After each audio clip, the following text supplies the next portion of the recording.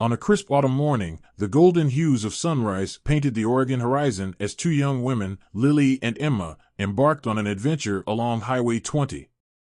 With backpacks slung over their shoulders and hearts full of wanderlust, they sought the freedom of the open road and the promise of new experiences that lay beyond the horizon.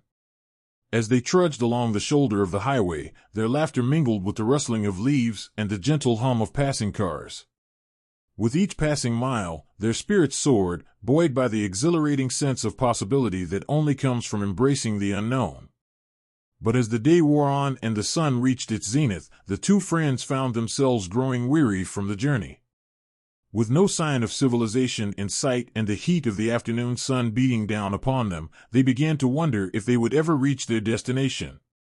Just as their hopes were beginning to wane, a sleek black sedan pulled up alongside them, its windows tinted and its engine purring like a contented cat.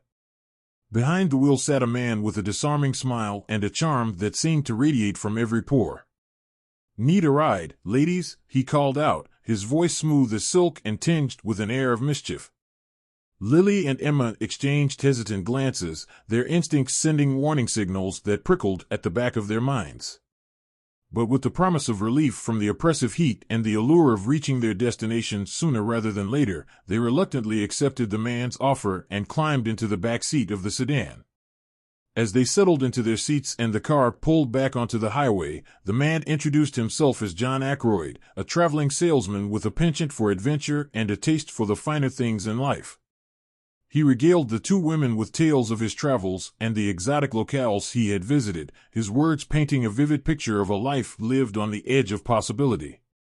But as the miles passed and the sun dipped below the horizon, Lily and Emma began to sense that something was amiss.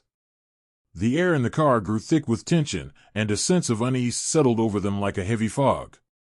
Their suspicions were confirmed when, without warning, John veered off the main highway onto a deserted dirt road that wound its way through the dense forest. The two women exchanged panicked glances as they realized they were no longer headed in the direction of their destination. "Where are you taking us?" Emma demanded, her voice trembling with fear. John's smile faltered for a moment, replaced by a steely glint in his eyes that sent a chill down Lily's spine. "Just a little detour," he replied, his voice dripping with malice. "We're going to have some fun, just the three of us." With a sinking feeling in the pits of their stomachs, Lily and Emma realized they were in grave danger. They had unwittingly stepped into the clutches of a predator, a man whose charming facade belied a darkness that lurked just beneath the surface. Desperate to escape, Lily cast around for a weapon, her fingers closing around a heavy flashlight that lay discarded on the floor of the car. With a silent prayer to whatever gods might be listening, she raised the flashlight high above her head and brought it down with all the force she could muster, aiming for John's temple with a precision born of sheer desperation. The blow landed with a sickening thud, and John let out a cry of pain as he slumped forward, his grip on the steering wheel loosening as the car careened off the road and into the underbrush. With a collective scream, Lily and Emma threw open the doors and tumbled out onto the forest floor, their hearts pounding in their chests as they sprinted into the darkness, their only thought to put as much distance between themselves and their would-be captor as possible. For hours, they ran through the forest, their lungs burning with exertion and their muscles screaming in protest. But they dared not stop, for they knew that John would not give up the hunt until he had captured his prey.